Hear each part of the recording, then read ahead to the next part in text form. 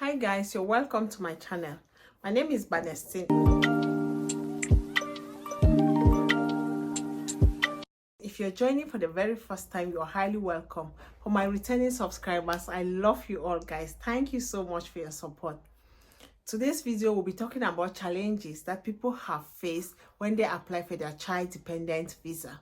If you have not watched my video on child dependent visa to the United Kingdom, kindly do yourself well by watching it. And also there's a video that I made how to write a consent letter when applying for your child dependent visa. If you are not aware, that's one of the requirements when you apply for a child dependent visa. So help yourself out by watching that video if you are planning to apply for a child dependent visa to the United Kingdom. So let's dive straight to the point. I want to use this medium to congratulate all those who messaged me that their child dependent visas were granted. Congratulations to you all. And those who messaged me that they had challenges. However, after the challenges, their visas were granted because they had to tackle the challenges well. So they've shared their experiences with me, and I'm here to share their experiences with you. So it's going to help you when you apply for your child dependent visa, so you don't face the same challenges. The first thing, some people had received emails from the Home Office requesting that they should prove relationship with the dependent. Apparently, they had not proved enough relationship. So the Home Office was requesting for more documents for them to prove their relationship. Most of these people said they had sent pictures and the child's birth certificate or the children's birth certificate, which the Home Office was requesting proof of relationship still. As you all know, the UK is trying to reduce the number of people coming into the United Kingdom, especially through the skilled worker route or student route. So they want you to prove enough that this is your dependent genuinely before they can grant you the visa. So they have sent in the child's school record with evidence of the child, with evidence of their names as parents of the child inside the school record certificate. Some people sent like a birth card. When they had delivered the child, the hospital had given some birth cards, so they submitted all those documents. Some people had gone back to the hospital where they delivered the child and retrieved a duplicate of a delivery note or delivery certificate when they had delivered the child. So all these documents they submitted and their applications were granted because the Home Office was trying to see if you have enough evidence to prove relationship. So guys, don't keep anything. If you have as much as you have, submit them at a go.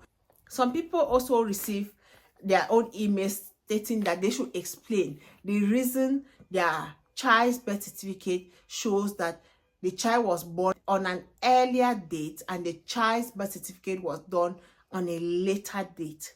So let's say you delivered the child 2020 and the birth certificate was done 2024. You should state why your child's birth certificate was done that later. So they had also submitted documents like proving that the child's birth certificate was lost for one reason or the other. I remember there's somebody that emailed me with a child of 17 years old. The child lost all documents and this child needed to prove enough relationship with her and why the birth certificate was done at that particular time. This lady had to submit a loss certificate because immediately the child lost their birth certificate and other documents. They had reported to the police and they had done a loss certificate. So just that loss certificate alone with a letter that she attached to it explaining what had happened, her visa was granted, and this child, you know, when your child is turning 18 soon and you are eager that the child should come over, this child was granted a visa and the mother was so happy about it. So if you have something like lost certificate that was granted to you when you had a lost document, you submit it to the Home Office. Some people did not have like a lost document, but they had to prove that when they delivered the child, it was not a necessity in their country for them to make a child's birth certificate immediately after birth. So they had proven that it's not a necessity, but there is a procedure after birth. If you don't do your child's birth certificate, you can declare in court with the child's maybe birth card that you had delivered this child on this day, and a birth certificate will be issued with a declaration letter. People submitted the court declaration letter and wrote a letter again attaching and explaining that this is the reason, and this is a court declaration letter that was done. Some people had misplaced this court declaration letter. All they needed to do was go back to the court. A duplicate was granted to them, and they emailed it to the Home Office within the 10 working days that the Home Office had given them, and their visas were granted. Other people, like one other lady, she had done the child's birth certificate on a later date, and she explained that it was all due to family issues, because you know, like some people from African background, if the man is not legally married to a lady, after you have that child, they might say you will not do the child's birth certificate, this or that. She had explained everything in detail, and that is how their culture works. And on a later date, when after getting married with her husband, they had done the child's birth certificate after marriage, and it proved, and it was showing all the evidence was there, which the Home Office understood. People from various cultures, various backgrounds have various ways of doing things, and the visa was granted. So you just need to submit a genuine reason, explain in details. You don't need to explain as much as you can. They have time to read. They will read and understand your story and give your child's visa. So don't just be scared and stay behind. Now the Home Office sent some people double messages that you need to prove why that child's birth certificate was done on a later date, and also what document did you use to make that child's birth certificate the time you were making the child's birth certificate. So at that time, you need to prove what document you use. So some people had like the previous copy of the birth certificate, not the original, maybe the copy that was first made. They had like a copy, maybe a soft copy that was kept somewhere. They to the Home Office that this is the document that we had misplaced before, and we used this copy in making the new copy. Some people had sent like birth cards that after we delivered the child, after a while, we use this birth card to maintain the same date of birth for the child.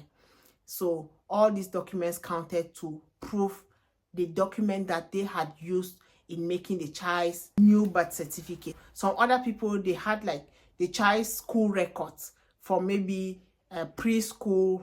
All the time they always put the child's birth certificate, the child's date of birth when on admission, on maybe their reports or their records. So some people said they had used the child's record from preschool, maybe for the past 7 years. This is the record that is showing the same date of birth, and that is what they had used in submitting to make the child's new birth certificate. That is how some people prove on how the document that they had used in making a new birth certificate. The Home Office also went ahead to say that they should prove evidence of accommodation and demonstrate that they will care for the dependent when the dependent comes over. So initially, all these people had submitted documents with proof of accommodation. But see how the Home Office does their thing. They still say you should prove it. Had it been you had used a different address and you are sending now proof of another address, please maintain the same address, except that you just move houses. You also prove like, I was living in this house and now I've moved to this new house, maybe because I'm planning that my kids are coming. So maybe the old address was different and the new address is different. You have to prove it, because maybe you are living in a 1-bedroom and you're bringing a family of 20. How do you expect to live with those people in that 1-bedroom? Maybe you are going to say that at the time of application, I was in a 1-bedroom living in this house. You show evidence for maybe your bills that are bearing your name, and now I've moved to this new house. You show the evidence of tenancy agreement that you have moved now to a new house and a bigger space to accommodate this family you are expecting. And then they say demonstrate care, or demonstrate that you are able to take care of these children when they come. They are only asking for proof of funds. These people initially, when they were applying for their documents, they had demonstrated or proof funds. So this is a big tip for you guys. Do not remove money from your account after applying for your child dependent visa, especially for those that need to prove funds. You don't need to withdraw the money. Wait until the children's visas have been granted or your child's visa has been granted before you withdraw the money.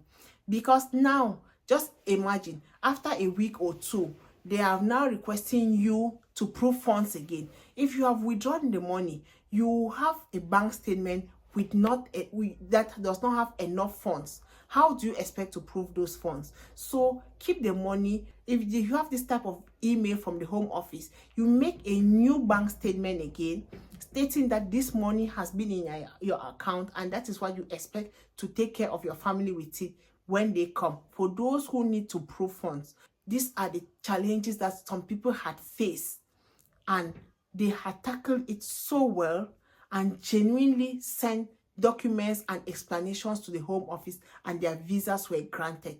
You should not panic when you receive such emails. Take your time, digest it, ask for advice. If you are able to contact an immigration expert, contact them. For me, I'm not an immigration expert. I can only give advice from what I've heard from other people and from my own experiences. But if you wish to get advices like this, you can watch more YouTube channels, more videos about that people are talking about this, and get more information and write your explanation and send to the Home Office. It is possible, and you get a positive feedback for that matter. Thank you so much for watching. Thank you for staying tuned. If you like this video, kindly give a thumbs up to this. Hit the notification bell so that each time I upload a new video, you'll be the first to know. If you have not subscribed yet, what are you waiting for? Kindly join this family and stay tuned to our channel. Thanks for watching. Bye-bye.